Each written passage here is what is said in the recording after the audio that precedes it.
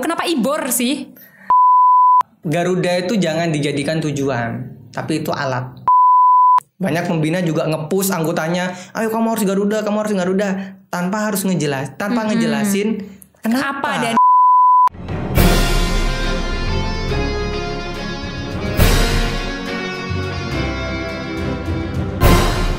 Pramuka Lumajang on Podcast.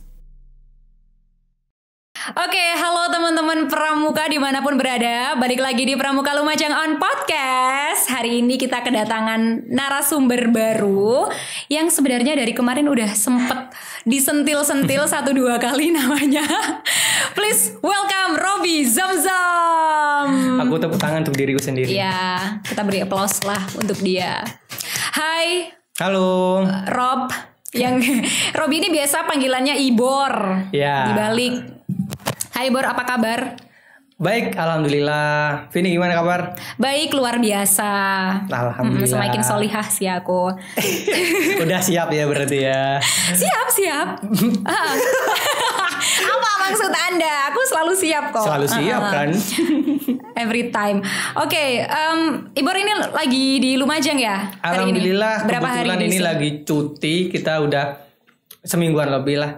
Karena kemarin juga ada acara hajatannya putra tercinta. Weh, udah umur berapa sekarang? 7 bulan, makanya Ibor kemarin junior. selamatan 7 bulan turun tanah itu. Oh, alhamdulillah. Kalau kita di Jawa kan ada tradisi turun tanah kan 7 bulan. Semoga menjadi anak yang buruk-buruk bapaknya tidak tidak diturunkan ya. Amin. Oke, kita ngobrol soal kesibukan nih, Bor. Sekarang di apa? Karirnya di apa, Ibor? Ya, sekarang tugas di Kementerian Pendayagunaan Aparatur Negara dan Reformasi Birokrasi, Kemenpan RB ya, di Jakarta. Ya, masih kesibukan seperti biasa, tapi lebih kurang sibuk karena lagi COVID kayak gini lah. Itu di Kemenpan RB di apa? Di bagian apanya? Di bagian humas. Oke. Di humas tuh kalau di kementerian kamu berarti apa? Job desk kesehariannya kayak gimana? Kebetulan aku di humas itu lebih ke in charge untuk teman-teman wartawan. Jadi bagian media handling, ada konferensi pers, mengeluruskan berita wartawan yang salah, lalu nyebarin press release dari tim pembuat berita. Itu di aku. Oke, berarti di bagian apa ya? Kayak jubirnya Menpan RB-nya, jubir menteri. Maksudnya melekat ke menterinya dong berarti. Oh, enggak kayak lah. Gimana? Enggak melekat. Memang di samping enggak melekat tapi kita berusaha untuk selalu ada di lingkaran Pak Menteri, karena kan Pak Menteri itu selalu diikuti wartawan kan. Nah, kita urusannya bukan dengan Pak Menterinya, tapi dengan wartawannya. Jangan sampai kalau wartawan ngejar tuh jangan sampai terlalu annoying. Atau Pak Menteri benar-benar lagi sedang diburu, jangan sampai dihalang-halangi wartawan gitu. Meskipun ya itu kita maklumi karena itu kan memang tugas teman-teman wartawan kan untuk berburu berita. Nah, tapi kita juga tanggung jawab kita buat menyadarkan atau memberi pemahaman ke teman-teman wartawan bahwa Pak Menteri belum available sekarang atau gimana, nanti kita arrange waktunya dan lain sebagainya. Ya itu lebih ke saya sih. Secara job desk teknis dan juga apa ya, mengatur pemberitaan kebijakan Kemenpan RB juga. Misalnya ada kebijakan yang dari Kemenpan RB, nanti kamu di apa ya, jadi jembatan antara kementerian sama teman-teman media juga. Ya, tapi bukan yang bikin berita. Enggak, maksudnya mengatur alurnya gitu. Iya, jadi ada tim pembuat berita, aku yang ngasih ke teman-teman wartawan. Dan kalau teman-teman wartawan ada pertanyaan dan ingin buat interview dengan pejabat, itu lewat aku. Oke. Ya benar, jembatan itu tadi. Dari pembuat berita ke distributornya ya, teman-teman media. Oke, kali ini kita mungkin nanti akan bahas banyak sama Ibor. Fokusnya ke kepramukaan. Kenapa hari ini Ibor yang diundang? Kenapa ada apa Ibor dengan pramuka gitu kan? Oke. Kenapa Ibor dengan pramuka? Kenapa ada apa Ibor dengan pramuka? Oke, sebelum kita membahas lebih jauh, kenapa Ibor sih? Tadi enggak, ini permintaan. Vin, kamu nggak pengen nanya kenapa aku dipanggilnya Ibor? Itu ada hubungannya sama pramuka. Padahal aku sebenarnya nggak pengen tahu sih. Baiklah, kenapa Iya ya. Apa Ibor itu? Sekalian biar teman-teman yang lain tahu karena ini selalu banyak yang nanya namanya Robi kok dibalik-balik jadi Ibor sih.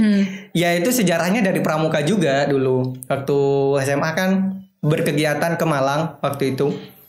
Aku yang nyetir. Aku yang nyetir mobil nih. Aku yang nyetir mobil dan agak kurang pelan.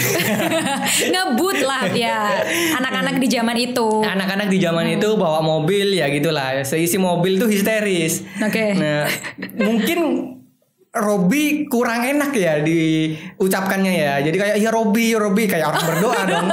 Oke. Kebetulan di Malang juga dibalik dong bahasaku sama kerang alam jadi Ibor. Akhirnya Nah, dari situ teruslah sampai sekarang dan nama itu membawa hoki bagi saya. Oh, ternyata Robi dan Ibor lebih menjual Ibor ya. Iya, lebih enak gak sih daripada Robi? Lebih enteng. Iya sih, kayak kalau mau menghujat tuh lebih gampang Ibor gitu gak sih? Saya suka dihujat. Kayak lebih tegaan kalau kita manggilnya Ibor daripada Robi gitu. Bener. Oke, nah Bor, sebenarnya kemarin-kemarin kayak pas aku wawancara sama Mas Lukman, sama Om Priyo juga, entah kadang itu ada 1-2 hal itu tersebut nama Ibor, kayak Ibor gitu, kayak Robi. Emang ada apa dengan manusia ini gitu kan? Nggak ada apa-apa sebenarnya. Iya, makanya biasa kenapa? aja. Biasa aja. Makanya kenapa sering disebut gitu di episode-episode sebelumnya? Ya tanyakan beliau apa yang membuat.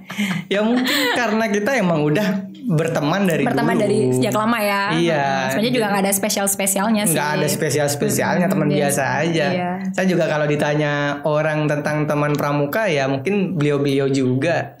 Yang disebut. Yang disebut. Oke, kita berangkat dari perjalanan Ibor. Dulu kita sama-sama di DKC ya, Sama-sama tahun di DKC 2010 sampai 12. Nah, waktu itu Ibor di DKC, ya selama jadi DKC itu apa aja sih sebenarnya pencapaian yang sudah dicapai? Pencapaian bentuk apa nih? Ini deh, apa ya? Event terbesar dengan skala terbesar yang kamu pernah ikutin waktu dari DKC dulu. Kalau di DKC dulu ya, bukan DKC yang kemarin ya. Karena aku sempat masuk DKC lagi yang kedua 2016. kali. Yang dulu DKC yang dulu awal. Ya. Oke. Buatku dulu jadi pendamping di kegiatan Jambore Nasional 2012. 2012. Oh, 12 ya? 2012. 11 apa 12 sih? 11 atau 12 ya? Ya itulah lupa ya. Udah. Di Sumatera Selatan waktu itu. Pendamping ya waktu itu. Ya itu sih yang menurutku paling jauh dan besar tanggung jawabnya kan karena kita ngebawa anak orang kan gitu.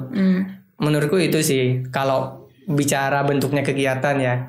Tapi kalau bicara yang bentuknya kegiatan, pencapaian terbesar ya jiwa-jiwa kepemimpinan dari seorang Ibor yang dulunya SMP-nya itu dari desa kan. Campuran Maduranya banyak jadi lebih keras kan. Oke. Nah, masuk ke sini kebarbarannya dibentuk dengan bagus oleh teman-teman DKC yang lain dan kakak-kakak andalan yang di sini. Jadi ibarat barbar itu barbarnya nggak dihilangin tapi diarahin. Barbar yang nggak hilang cuman diarahkan ke bentuk yang lain supaya ada benefitnya gitu buat orang. Benar. Itu sih kalau pencapaian manfaatnya. Oke, Ibor ini sekarang sampai dengan hari ini tingkatan yang sudah dicapai di kepramukaan itu sekarang kamu udah di level apa? Saya udah di luar sama udah bukan Pandega lagi. Oh iya sih, udah bukan Pandega, apa? Pembina juga bukan ya kan? Iya, masuk usia anggota dewasa lah. Usianya anggota dewasa. Tapi nggak bersarang di mana-mana. Artinya ya juga bukan andalan cabang. Bukan pembina di mana-mana, ya pramuka lepas aja. Oke. Tapi kalau untuk tingkatan tertinggi yang kamu sudah raih di tingkatan kepramukaan itu apa? Udah Garuda? Udah, Pandega Garuda. Pandega kemarin. Garuda ya? Iya. Alhamdulillahnya terakhir pramuka Pandega Garuda. Itu kamu kapan dapetnya untuk Garuda Pandega? 2017. 2017. Pelantikannya Agustus. Iya, Agustus 2017. Itu di Lumajang gak sih? Di sini. Di sini ya? Iya, dilantik sama Kak Priyo waktu itu pembina pramuka saya di sini 2017. Tapi selesai syarat-syarat pandeganya itu awal-awal 2017. Tapi baru dilantik Agustus. Pertengahan tahun. Iya, ya karena biasalah Kak Priyo udah selesai secara tertulis masih ada yang mau dites ini Iya, itu. iya, iya. Cuman Kayak nggak karena lega. kayaknya saya mau diberangkatkan ke Jakarta kan, akhirnya Kak Priyo kayaknya beban kalau nggak melantik saya waktu itu. Oh, akhirnya Jadi- ada janji yang belum tertuntaskan Iya. gitu. Ya, kayaknya kalau nggak karena ke Jakarta digantung terus Garuda saya. Jadi biar saya kelihatan berusaha terus, ya itu metode pembinaan beliau ya. Oke. Jadi biar saya terus berusaha untuk memantaskan diri sebagai Pandega Garuda, digantung sama beliau tuh, sama Kak Priyo. Sampai benar-benar Kak Priyo ngerasa, oh ya wes, kamu saya lantik gitu. Tapi karena saya mau ke Jakarta, ya udah dicukupkan kayaknya. Oke, ngomongin soal Pramuka Garuda gitu ya, Bor. Ada banyak, nggak tahu, mungkin banyak teman-teman di Pramuka yang merasa Pramuka Garuda itu pride gitu. Sesuatu hal yang apa ya, dikejar gitu. Titel gitu ya. Aku nggak tahu sih, aku bukan Pramuka Garuda gitu. Kalau menurut dari kacamata Ibor sendiri, Ya. karena kamu meraih itu, karena kamu ada upaya untuk mengejar itu, untuk tercatat sebagai Pramuka Garuda. Kalau dari kacamata Ibor, Pramuka Garuda itu sebenarnya apa dan bagaimana, dan haruskah semua anggota Pramuka sampai di titik Pramuka Garuda? Karena ini juga Pramuka Garuda pun ada asosiasi dunianya kan. Ya. Apakah ada kesan juga untuk itu supaya kita tercatat, oh aku jadi anggota ini atas ya. Apa ada value yang membanggakan kah di sana atau gimana? Iya ya gitu ya. Kalau aku punya pandangan, ya kan, Garuda itu jangan dijadikan tujuan, tapi itu alat. Oke. Alat untuk kita ke depannya itu punya validasi dan keyakinan diri untuk berbuat lebih baik dari pramuka yang lain. Oke. Kalau Pramuka Garuda kita jadikan tujuan, selesai nih semua tes atau syarat Pramuka Garuda, sudah dilantik, sudah dapat kalungnya, ya udah, nggak bakalan ngapa-ngapain. Tapi kalau kita jadikan alat untuk memacu diri, kita udah dapat kalungnya, kita tetap akan berbuat yang terbaik, bahkan lebih baik. Karena Pramuka Garuda itu kalau udah Pandega ya, apalagi ya, Pandega itu dituntut 80%-nya itu apa yang dia berikan kepada masyarakat. Nah, dengan titel Pramuka Garuda, dia harusnya punya rasa malu yang lebih tinggi, yang lebih besar kalau dia nggak berbuat apa-apa gitu. Kalau dia udah punya Garuda tapi dia tidak berbuat apa-apa untuk masyarakat, apa bedanya dia dengan pramuka yang lain yang tidak Garuda gitu. Nah, kalau dijadikan tujuan, ya udah, yang penting Garuda Selesai di situ. selesai. Makanya kebanyakan teman-teman kalau udah Garuda dulu ya, dari dulu aku perhatikan teman-teman penegak, teman-teman Pandega kalau udah dapet kalung Garuda udah mulai melambat, hilang dari pelatihan, nggak ngelakuin apa-apa karena merasa udah selesai semua tugasnya. Padahal enggak. Pramuka itu kalau udah dapat semuanya didapat, apa yang diberi gitu pertanyaannya. Oke, secara personal dari Ibor sendiri, mungkin Ibor sudah udah ada di lingkaran teman-temannya juga sama-sama Pramuka Garuda, entah itu teman-teman yang dari tingkatan bawah sampai dengan Pandega. Apakah sudah banyak yang memahami value ini, bahwa Garuda itu bukan tujuan akhir di tingkat kepramukaan, tapi alat supaya kita apa ya? Kalau misalkan mau kasih impact ke orang itu kan kita harus punya power dulu, gitu. Kalau aku nggak mau bilang kayak gitu ya, tapi aku mau ceritakan aja apa yang aku lihat. Dari teman-temanku yang udah nyampe ke tingkatan itu, ketika sudah didapat, dia udah gitu loh. Bahkan perlahan menghilang, bahkan udah merasa udah cukup Garuda, udah datang cuman ya sorry to say pamer kalung kayak gitu ya. Ya maaf kalau maaf aku bilang kayak gitu, tapi ya itu yang aku lihat sebenarnya. Kayak gitu. Aku teman-teman sendirilah yang menyimpulkan kayak gimana kalau udah kondisinya kayak gitu. Nah, itulah kenapa saya buat konten juga di YouTube tentang Pramuka Garuda itu. Kalau Pramuka Garuda, kalau kebanggaan kita itu jangan diletakkan di atribut. Kalau kita letakkan kebanggaan kita di atribut, kita akan menjadi pramuka Garuda kalau kita pakai atribut kebanggaan, integritas, cinta negara, menghargai orang, cinta lingkungan kita hanya akan ada kalau kita pakai atribut. Atribut lepas, tanggung jawab lepas dong. Iya. Sedangkan mostly kita di kehidupan lebih banyak pakai pakaian biasa atau pakaian pramuka. Pakaian biasa kan? Iya. Ya itu.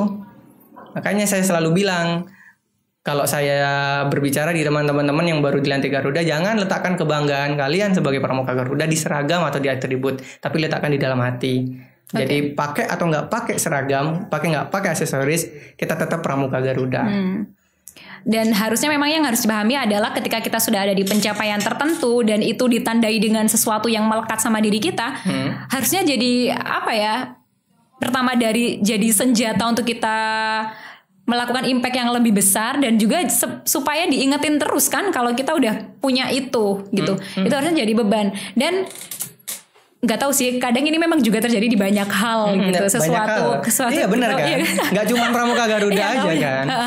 Padahal sebenarnya itu juga jadi poin plus kalau misalkan kita bikin sesuatu apa gitu di bidang kepramukaan, entah social project atau apa. Ketika orang tahu ini yang bikin siapa, itu loh si Ibor yang ini pramuka Garuda. Oh ya, pertama orang jadi akan semakin yakin dan percaya gitu. Benar. Sebenarnya maksudnya bisa mengajak orang lebih banyak lagi gitu, lebih percaya karena orang yang sudah dapat suatu titel atau pencapaian, dipikirnya kan, oh dia sudah pasti bisa handle ini. Jadi kalau saya bisa, kalau ikut berarti pasti akan bisa dipercaya dan amanah gitu kan. Makanya kalau kita di satuan pun, kalau kita sudah mendapat titel pramuka Garuda kan, teman-teman yang lainnya juga pasti punya kepercayaan yang lebih tinggi ke kita dong. Jadi kalau kita mau buat sosial project seperti apa, mereka akan cenderung lebih ikut. Iya benar. Makanya saya bilang jadikan alat untuk berbuat lebih baik. Karena itu bisa ngasih validasi ke kita. Udah pramuka Garuda, dia udah punya pemikiran yang lebih matang. Setidaknya seperti itu. Yang jadi masalah kan ketika itu dijadikan tujuan. Iya, makanya eman banget ya orang-orang yang sudah punya apa sih, itu udah power gitu, udah power, 1 poin plus. Iya, kayak orang nih mau ke dapur ngambil pisau, habis ngambil pisau nggak ngapa-ngapain, padahal pisau kan bisa buat motong buah, motong apa gitu.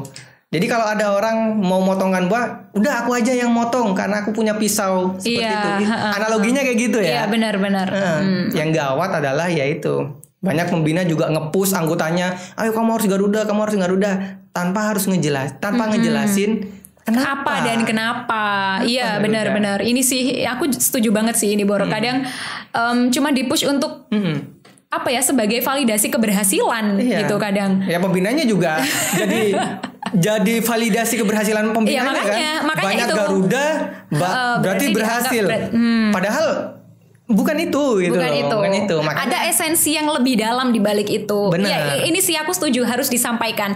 Kenapa sih kamu harus ada di titik ini? Benar. Kenapa kamu harus mencapai ini? Supaya kalau kamu bikin sesuatu, impactnya bisa jadi lebih besar. Iya. Dan itu di banyak hal juga. Esensinya di sana sebenarnya. Kalau kita tarik di bawahnya Garuda ada tingkatan laksana, bantara dulu baru laksana. Ya itu juga ada tanggung jawabnya. Kalau udah laksana berarti membina yang bantara dan juga memikirkan gugus depan. Kalau bantara ya beda lagi. Jangan udah laksana, kebanyakan ya di SMA nih. Ya saya alami juga dulu. Udah laksana, udah hilang kan? Iya. Ngalamin nggak dulu? Ngalamin. Di gugus depan ya.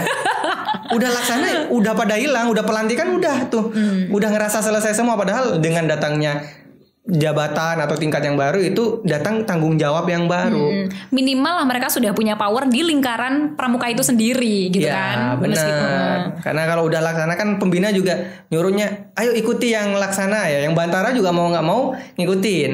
Karena yang laksana juga udah lebih dulu mengalami proses uji dari pembinanya. Jadi terpercayalah validasi. Begitupun yang Garuda dan lain sebagainya. Ya itu sih. Termasuk TKK yang lain juga. Cuma Garuda, TKK, jangan cuma jadi aksesoris. Taruh kebanggaan sebagai pramuka itu di hati, jangan di seragam, jangan di atribut. Oke.